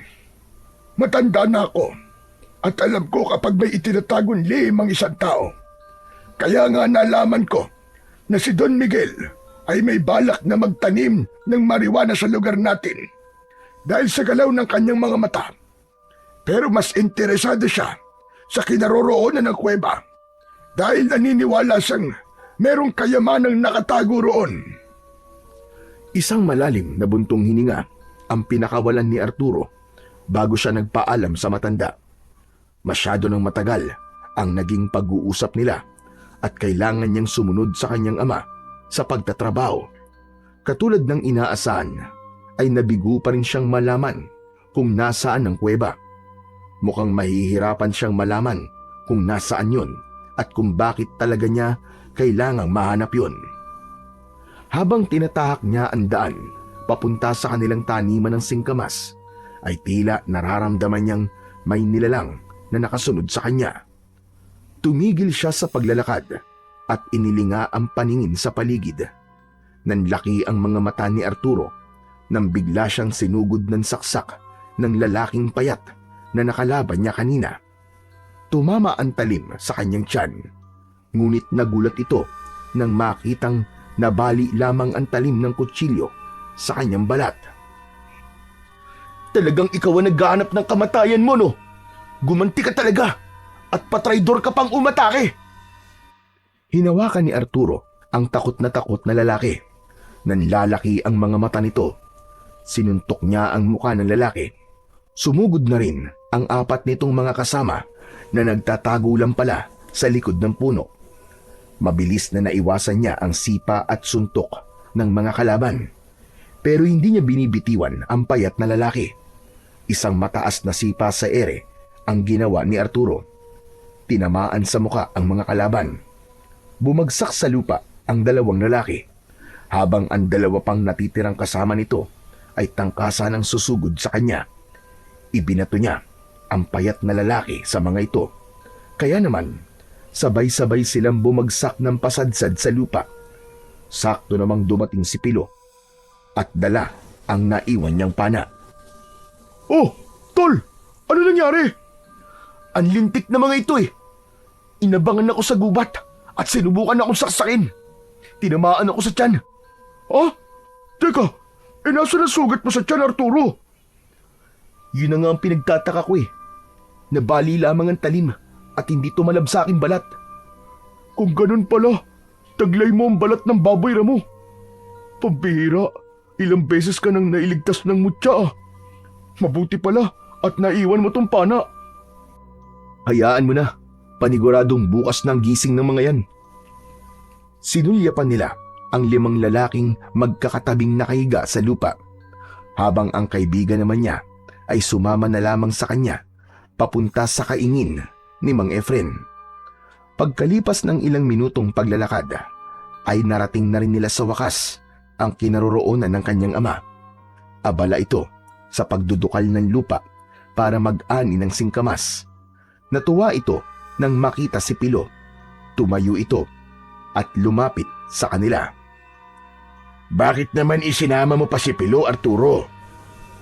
Tay, kusa po siya sumama sa akin eh. Balak daw po niyang tumulong sa atin. Abay, mabuti naman kung ganun at nang maagang matapos ang trabaho ko. Masaya silang nagtrabaho sa bukid ng mga singkamas at hindi nila namalayan ang oras. Inabutan na sila ng dilim sa bukid. Balak na nilang tapusin ang pag-aani dahil hindi pwedeng abutin yun ng kinabukasan. Kaya naman, saktong naasikaso na nila ang mga singkamas. Nag-aya na ang kanyang ama na ipasok sa loob ng maliit na kubo ang inani nilang singkamas. Pagpasok ni Arturo sa silid ng imbakan, bigla siyang nakaramdam ng pag-iinit ng kanyang katawan. Butil-butil ang pawis sa kanyang noo. Tol, parang ang init ng pakiramdam ko sa lugar na to. Baka naman uulan. Kaya ganyan ang pakiramdam mo, maalinsangan. Hindi naman malalim ang sugat mo sa balikat eh. Wala ka rin naman lagnat. Pero, tol, pinagpapawisan ka ng malamig. Bakit, Pilo? Anong nangyayari kay Arturo? Bigla po kasing sumama yung pakiramdam niya, Mang Efren. Baka naman nanibago lang ang katawan mo, anak. Dahil ngayon ka lang naman tumulong sa akin sa pag-aani ng singkamas eh. Tama po kayo. Baka nga po nanibago lang po ang katawan ko. Ay, siya nga po pala, tay. Dito na kayo magpalipas ng gabi ha. Dadaanan na lang po namin kayo dito ni Pilo. Balak po sana namin ngayong mga aso eh. 2 gabi na po kasi kaming walang naibibigay sa mga katribo natin. Pambihira ka talagang lalaki ka, oo. Hindi ka pa ba nadadala sa nangyari sa inyo kagabi, ha? Baka mapahamak na kayo. Tay, pagbigyan niyo na po kami. Di ko lang po talaga matiis na hindi mga aso para sa mga katribo natin. Naaawa lang po talaga ako sa mga batang walang makain. Wala nang nagawa si Mang Efren nang ihanda na ni Arturo ang kanyang gamit papunta sa kagubatan. Totoong balak na naman niyang mga aso, pero mas may kailangan siyang gawin para matuntun nila ang kuta ng mga aswang. Nag-aalala lamang siya sa kanyang kaibigan dahil nadadamay ito sa kanyang misyon. Nagpaiwan ang kanyang ama sa kubo. Sila naman ay nagsimulang maglakad na papunta sa kagubatan. Habang tinatahak nila ang daan papunta sa gubat, ay biglang naramdaman ni Arturo na parang may nakasunod sa kanilang mga nilalang. Tol, bakit yun? Magtago tayo sa kakauyan. Parang merong nagmamatyag sa atin. Idiretso mo lang ang paglalakad at pagsapit natin sa tapat ng malagong halamanan, magtatago tayo. Ilang hakbang ang kanilang ginawa, kasabay ng pagsasabi ni Arturo sa kaibigan na magtago sila sa halamanan. Saktong pagkubli nila sa malagong halaman ay napansin nila ang 2 nilalang na may mahahabang kuko sa kamay. Umaangil ang mga ito na panayanlinga sa paligid.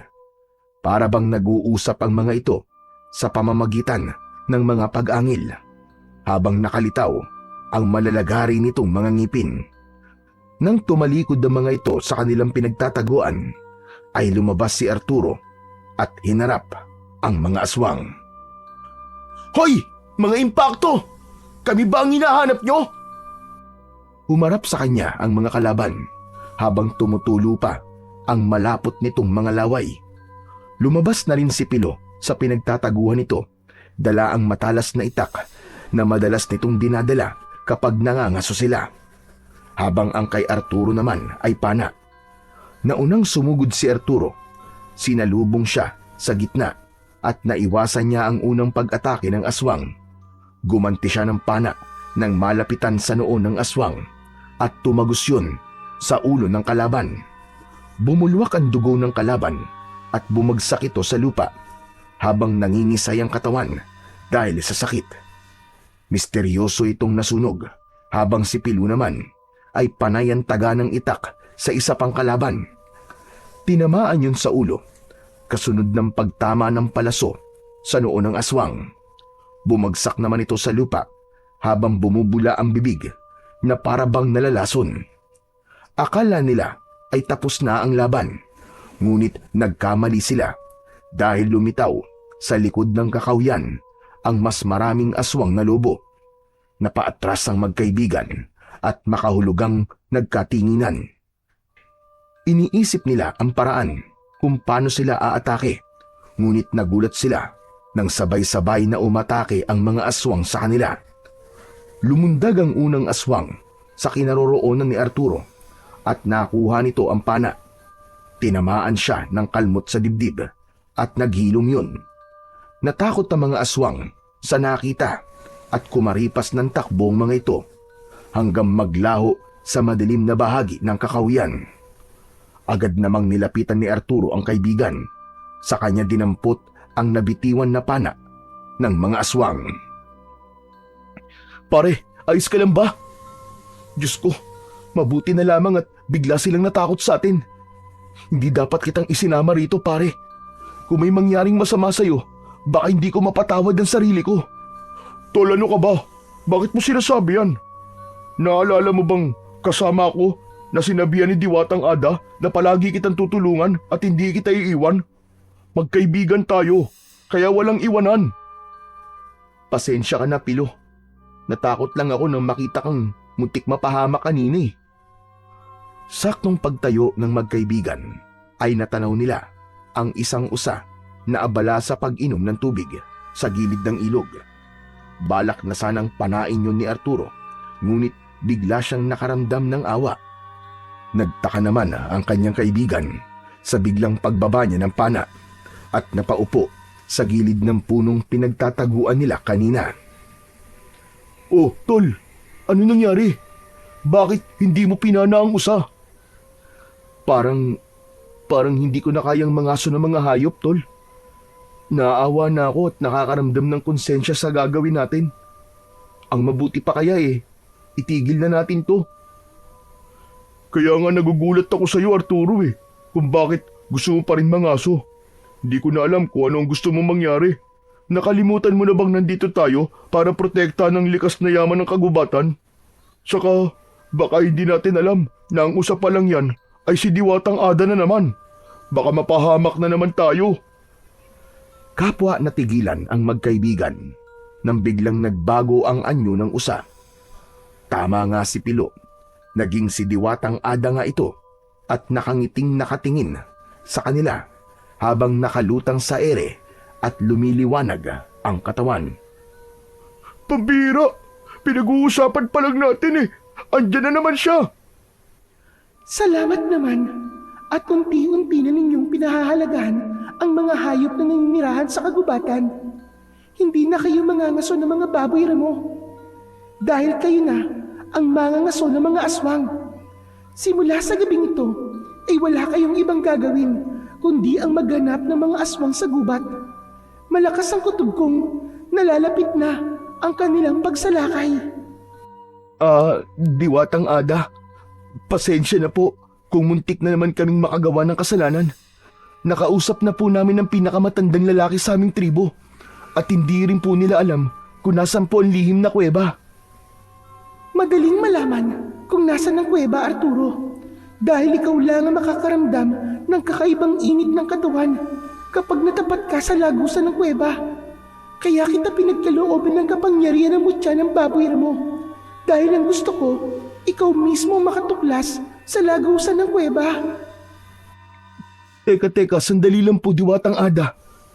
Sa kubo po, bigla po ako nakaramdam ng init ng katawan na para bang sinisilaban po ako ng apoy. Opo. Totoo po ang sinasabi ni Arturo. At naramdaman po niya yun sa kubo na imbakan po ng singkamas. Kung ganun, bilisan niyong bumalik roon. Kailangan ninyong maunahan ang mga aswang na lobo sa paghahanap ng lagusan. Pakiramdaman mo lang ang katawan mo, Arturo. Kapag nasa lagusan ka ng kuweba, makakaramdam ka ng hindi maipaliwanag na init ng katawan. Dahil yun sa proteksyong nakalagay sa bukalan ng kuweba. Ibig sabihin, wala po palang lihim na kuweba sa mismong tribo namin at nakatago pala yun sa imbakan ng singkamas. Bumundol ang kaba sa dibdib ni Arturo nang maalala na nasa kubo ang kanyang ama. Kaya naman, kasabay ng paglalaho ni Diwatang Ada, ay mabilis na tinahak ng magkaibigan ang daan pabalik sa kubo na pag-aari ni Mang Efren. Pagdating nila sa kubo, ay napansin kagad ng magkaibigan na tahimik ang buong paligid. Dahan-dahan silang naglakad papasok sa kubo at ganun na lamang ang paninikip ng dibdib ni Arturo nang maramdaman ang pag-iinit ng kanyang katawan. Mahigpit niyang hinawakan ng kanyang pana habang dahan-dahang humahakbang papasok sa silid. Tay? Tay, nandiyan po ba kayo? Walang tugon na natanggap si Arturo mula sa kanyang ama. Kaya naman, tuloy lamang siya sa paghakbang papalapit sa loob ng silid. Nagulat si Arturo nang tumambad sa kanyang paningin ang nakatambak na singkamas sa gilid. Nakaangat ang katre. Hindi yun sahig, kundi isang pinto papunta sa ilalim ng lupa. Takot na takot si Arturo at ayaw na sana niyang malaman kung ano ang nasa loob ng lagusan. Sana nagkakamali ako, Pilo. Diyos ko, patawarin ako ng Diyos sa mga naiisip ko. Tol, kahit ako umaasang sana walang kinalaman si Mang Epen sa pagkamatay ng mga magulang ko. Pati ng kapatid at nanay mo. Hindi ko kakayanin at mahirap talagang paniwalaan. Nanginginig ang kamay ni Arturo nang sumilip siya sa ilalim ng lagusan. Minsan ay napapansin niyang parang napapadalas ang pagpunta ng kanyang ama sa taniman ng singkamas at hindi siya makapaniwalang matagal na nitong itinatago ang lagusan ng kuweba. Dalawang klase lamang ang magiging dahilan kung bakit nanatili si Mang Efren sa loob ng kuweba. Una ay isa itong pinuno ng aswang at nagsasagawa ng ritual. Pangalawa ay itinago lamang yon ng kanyang ama para lihim itong magiganti sa mga aswang. Kaya lang, sa pagbaba nila ng hagdan ay narinig nila ang malakas na sigaw ni Mang Efren sa loob. Hindi kayo magtatagumpay, Tay! Mawawala sa inyong lahat! Kaya itigil nyo na ito! Sumagot ang pamilyar na boses na umaalingaw-ngaw sa loob ng kuweba. Nagkatinginan ang magkaibigan dahil hindi sila maaaring magkamali sa naririnig.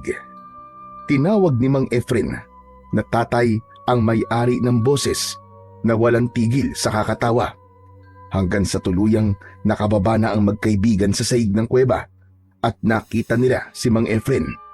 Nakadapa ito sa sahig ng kuweba habang nakagapos ang dalawang kamay sa likuran. Sa altar naman, na gawa sa bato, ay naroroon si Don Miguel. Kasama ang mga tauhan nitong nanggigipit sa kanila.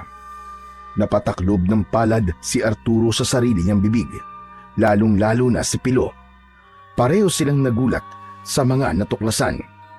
Hindi sila makapaniwalang tatay ni Mang Efren si Don Miguel, ngunit pinapahirapan nito ang sariling anak. Dahil sa aklat na hawak nito, kumuha ito ng sulo at sinunog ang aklat ng propesiya. Kaya naman, nagpakita si Arturo para mapigilan ang tangkang pagsira ng matanda sa aklat. Ay, anong ibig sabihin ito? Narinig ko ang lahat at alam kong tinawag mong tatay ang matandang to. Anak, lumayo ka sa kanya. Parang awa mo na. Hindi siya ordinaryong tao, anak. Dahil siyang pinuno ng mga aswang na lobo na pumatay sa mga kapatid mo at nanay mo. Lumayo ka sa kanya. Papatayin ka niya, anak.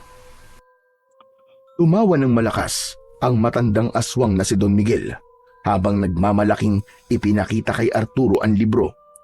Hindi raw ito makakapayag na makuha ni Arturo ang aklat. Napuno ng galit ang dibdib ng binata nang malaman na ang mismong lolo niya ang nagpapatay sa kanyang ina at mga kapatid. Hindi ko kayo matatanggap na lolo. Masama kayong nilalang. Pinatay niyo ang nanay ko at mga kapatid ko. Sumingit sa usapan ang galit na si Pilo. Naluluwa ang mga mata nito dahil biktima rin ito ng kasamaan ni Don Miguel. Kahit magbuwis pa ako ng buhay, mapatay ko lamang kayo, Don Miguel. Ay gagawin ko. Ako ang papatay sa iyo, matanda ka. Mamatay ka na. Hindi na napigilan ni Arturo ang pagsugod ng kanyang kaibigan sa kinaroroonan ni Don Miguel. Kaya hindi nito naiwasan ang pagsuntok ng matanda sa muka ng kanyang kaibigan. Ipinakita nito kung paano nitong sinakal sa leeg si Pilo. Bumundol ang kaba sa kanyang dibdib. Bitiwan niyo ang kaibigan ko! Ang sama niyo! Wala kayong puso! Tila hindi na nagawa ni Arturo ang magtimpi. Nakalimutan niyang ama ito ng kanyang tatay. Kaya naman, hinila niya ang tali ng kanyang pana at pinuntirya niya ang noo mismo ni Don Miguel. Mabilis siya na nasalo ni Don Miguel. Saka nito binitiwan ang nasakal na si Pilo. Bumangon si Mang Efren at humarang ito sa harapan ni Arturo. Huwag mong saktan ang anak ko.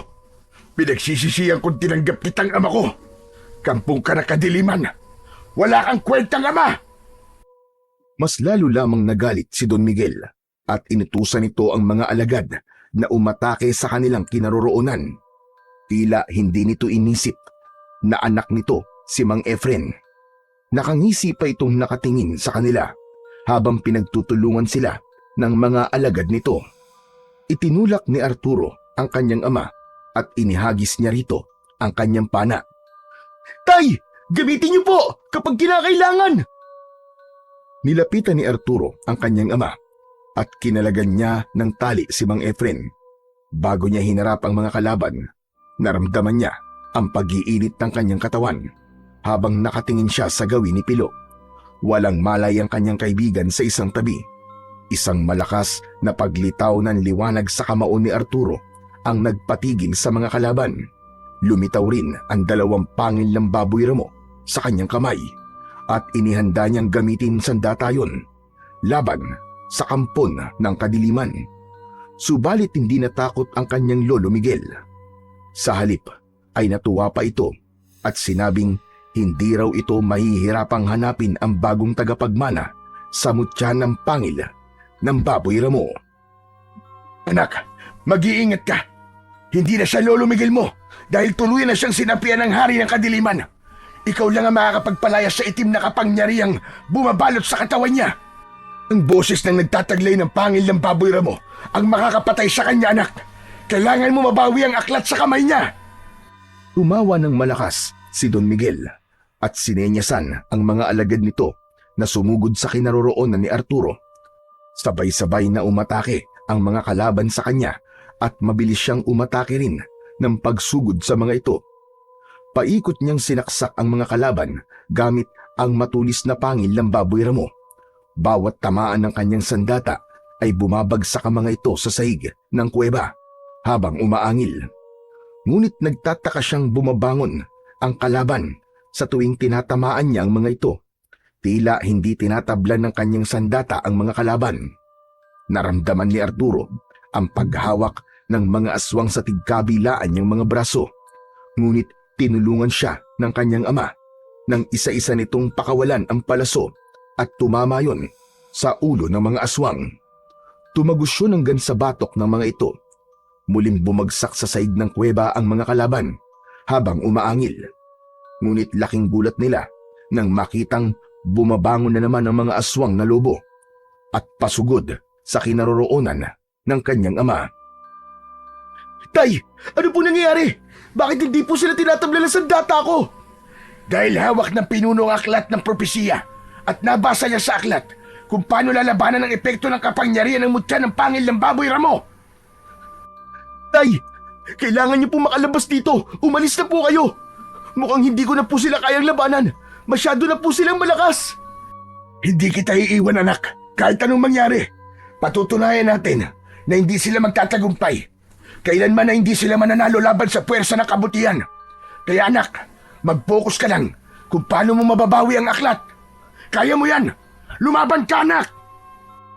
Nakita ni Arturo na sinusunog ng matanda ang aklat. Kaya naman, mabilis siyang tumakbo sa kinaroroonan ng matanda. Agad siyang lumundag para bawiin ang libro, ngunit nasalo siya nito gamit ang malalaki nitong kamay. Nasakal siya ni Don Miguel. Hindi siya makagalaw dahil sa kakaibang lakas nito. Umangat ang kanyang paa sa saig ng kuweba habang ang kanya namang ama ay tumakbo papalapit sa kinaroroonan ng mga ito. Pinana nito ang binti ni Don Miguel, ngunit hindi nito pinansin ang bumaon na pana sa paa nito. Mas lalong humigpit ang pagkakasakal nito sa kanyang leeg at naramdaman ni Arturo ang pagbaon ng kuko nito sa kanyang laman, kasabay ng paghagis nito sa kanya papunta sa altar. Bumagsak siya sa kinatatayuan ng kanyang ama habang nakatutok ang pana nito sa muka ni Don Miguel. Namimilipit sa sakit si Arturo nang muli siyang bumangon. Arturo anak, ikaw na lang ang umalis. Isama mo si Pilo at sunugin mo ang kubo. Sama-sama na kaming mamamatay sa loob ng kuwebang ito. Ang bahay na naging tirahan ng mga magulang ko noon. Hindi kita iiwan dito, Tay. Lalaban ako hanggang sa huli. Muling tumuwid ng tayo si Arturo habang ang maliwanag na mutya sa kanyang kamay ay nagsimulang maglagablab na parang apoy. Saka naman nagkamalay si Pilo sa tabi ng altar sa likod ng nakangising si Don Miguel. Hindi nito napapansin na unti-unti nang tumatayo si Pilo para agawin ng aklat sa kamay ng pinuno ng mga aswang. Nilibang ni Arturo ang kalaban habang hindi pa rin ito napapansin si Pilo. Ngunit nabigla sila sa pagbabagong anyo ng matanda. Pinunit nito ang damit at kitang-kita nilang binitiwan nito ang aklat ng propesiya. Kinuha yun ni Pilo ng tahimik at nagtago sa ilalim ng altar na gawa sa bato habang hinahanap ang pahina na babasahin ni Arturo sa sandaling mahawakan na niya ang aklat. Tay, unti-unti na po siya nagpapalit ng anyo. Ano na po ang gagawin ko? Kailangan mo magpakatatag, anak. Ako naman ang bahala sa mga alagad niya. Agad na sinalubong ng kanyang ama ang mga alagad na umaatake sa kanila. Gamit ang pana nito ay panay ang pagpapalipad nito ng palaso. Kahit tadtad na ang katawan ng mga kalaban ay hindi natitinag ang mga ito. Habang si Arturo naman ay hindi inaalis ang paningin sa pinuno ng mga aswang na lobo. Naabala pa rin sa pagpapalit ng anyo. Hindi man niya kayang patayin si Don Miguel, subalit gagawin niya ang lahat para mawala ang itim na kapangyarihan ng dilim, para mawala ang sanib nito sa katawan ng kanyang lolo. Humaba ang bibig ni Don Miguel hanggang sa maghugis yun na para sa asong gubat. Kasunod ng paglitaw ng malaalambre nitong balahibo. Ang kamay at braso na nababalutan ng balahibo ay kitang-kita niyang tinubuan ng mahabang kuko sa daliri. Kasunod ng paglitaw ng malalagari nitong mga ngipin at buntot na nakabaluktot na parang karit. Nang ganap ng aswang na lobo ang matanda, ay umangil ito ng malakas habang titig na titig sa kanyang muka. Agad itong sumugod sa kanya at hindi niya inaasahan na haharang sa unahan niya ang kanyang ama. Ito ang tinamaan ng unang kalmot ng aswang. Bumagsak ang kanyang ama sa sahig ng kuweba. Pagkatapos, hinagis ni Pilo ang aklat. Iniwasan na muna ni Arturo ang pag-atake sa kanya ni Don Miguel at sinubukan niyang saluin ng aklat na inihagis sa kanya ni Pilo. Binasa niya ang pangalawang pahina ng aklat. Malakas na malakas ang kanyang pagkakabigkas at bawat salitang lumalabas sa kanyang bibig ay napansin niyang tila nasasaktan ang mga kalaban. Kaya naman, nang matapos si Arturo sa pagbabasa ng mga salitang nakatala sa lumang aklat ng propesiya, lumitaw naman ang naglalagablab niyang kamay na may hawak na mutya ng pangil ng baboy ramo. Inuna niyang atakin ang mga alagad nito. Mga hayop kayo! Ito na ang katapusan nyo! Pagbabayaran na ninyo ang kasamaan na ibinigay nyo sa pamilya ko! Ubod lakas na ibinaon ni Arturo ang kanyang sandata sa alagad ng matanda at bawat tamaan ng pangil ng baboy ramo ay kagad na nasusunog ang mga ito at namamatay. Habang ang iba naman ay bumubula ang bibig habang nagkikikisay ang katawan. Biglang tinablan ng mga ito ng kanyang sandata matapos niyang mabigkas ang mga salita sa libro. Ubod lakas na umikot sa ere si Arturo at tinamaan niya ng saksak ang nag-iisa na lang na alagad ni Don Miguel. Galit na galit ang pinuno ng mga aswang na lobo na sumugod kay Arturo habang ang mga mata ay naglilingas na parang apoy. Wala na ang mga alagad mo, tanda! dahil tinatabla na sila ng kapangyarihan ko. Kaya ikaw naman ang humanda sa akin ngayon. Tila merong ipo-ipong hangin ang bumalot sa katawan ni Arturo at saktong paglapit sa kanyang kinaroroonan ng pinuno ay binalot niya ito ng malakas na liwanag sa katawan. Kasabay ng pagsaksak niya sa braso nito gamit ang pangil ng baboy ramo, idagdag pa ang nakabisado niya ng salita na nakatala sa aklat ng propesiya ng mga aswang. Mula sa harap ni Arturo ay tanaw niya ang kulay itim na usok na gustong humiwalay sa katawan ng matanda. Kaya naman, sinaksak niya sa leeg ang kulay itim na usok na gusto pang bumalik sa katawan ni Don Miguel. Inulit ni Arturo ang pagsaksak sa kulay itim na usok at kita niyang nasasaktan ito. Hinila niya ang braso ni Don Miguel at tuluyan ng nakawala ang matanda sa nakabalot na itim na kapangyarihan ng hari ng kadiliman. Pino, dalian nyo! Lumikha kayo ng ingay upang mabingi ang kulay itim na usok at hindi siya makatakas sa kuwebang ito para hindi na siya makabalik sa katawan ni Don Miguel. Bilisan nyo! Si Pilo ang bumayo ng palo sa batong altar gamit ang itak nito. Umalingaw-ngaw ang ingay sa loob ng kuweba. Idagdag pa ang dulo ng talim ng pana na hawak ni Mang Efren na ikinikiskis naman ito sa sahig ng kuweba. Mula sa kanilang harapan ay kitang-kita nilang nagtataklob ng tenga ang hugis tao na kulay itim na usok. Malaki ang buka ng bibig nito habang umaangil na tila nasasaktan. Nakita nilang bumalik ang itim na usok sa aklat na hawak ni Arturo, kasabay ng pagdampot ni Pilo sa nahulog na sulo na may apoy. Kagad nilang sinunog ang aklat na hawak ni Arturo. Kasabay noon ang pagdampot ni Pilo ng nahulog na sulo na may apoy. Kagad nilang sinunog ang aklat na hawak ni Arturo. Naririnig nila ang nakakakilabot na huni ng aswang sa loob ng aklat hanggang sa tuluyang maging abo ang mga yon. Sisirain natin ang lagusang dinadaanan ng halimaw na yun, Arturo! Kasabay ng pagkaabo ng aklat ng propesiya, yumanig ang kuweba. Agad na pinagtulungang alalayan ni Mang Efren at Pilo ang nawalan ng malay na si Don Miguel. Mabilis silang umakyat papunta sa itaas ng kuweba. Naiwan si Arturo sa loob at bago pa man siya makaahon sa itaas ng lagusan, ay binagsakan na siya ng malalaking bato.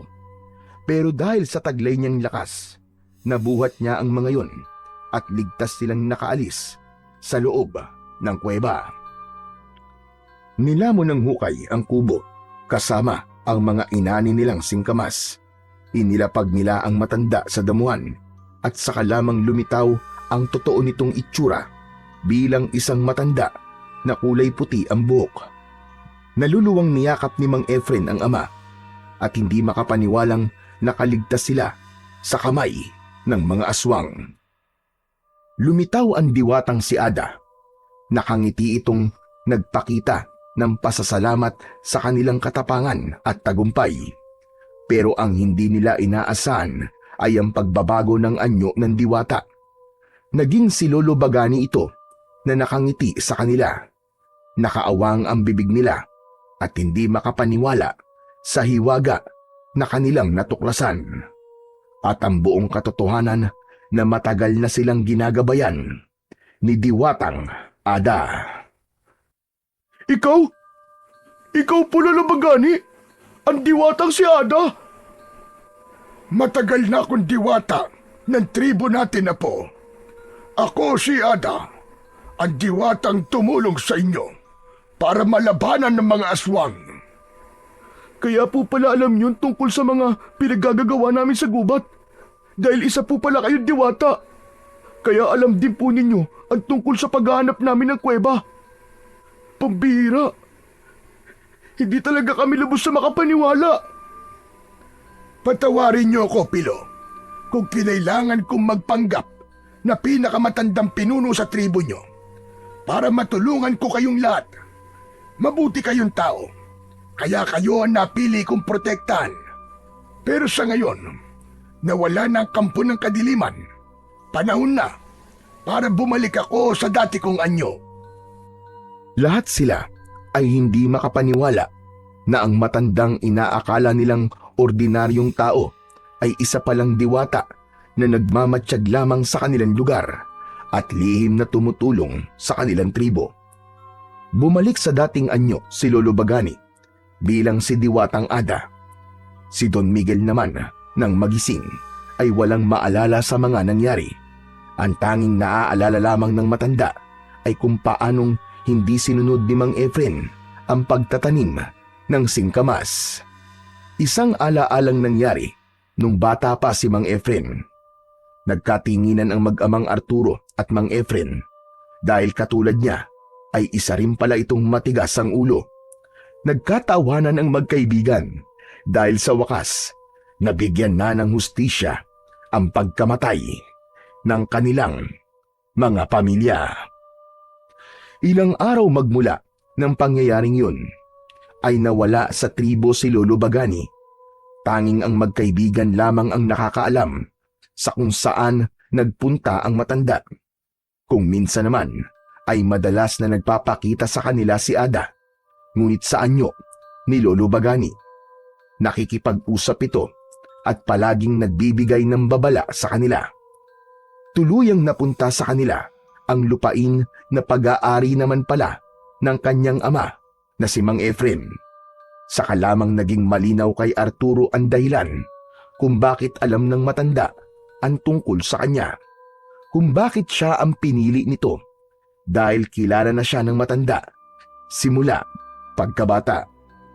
Dahil sa pagiging matulungin at mapagmahal niya sa kapwa ay pinagkalooban siya ng mutya ng pangil ng baboy ramo.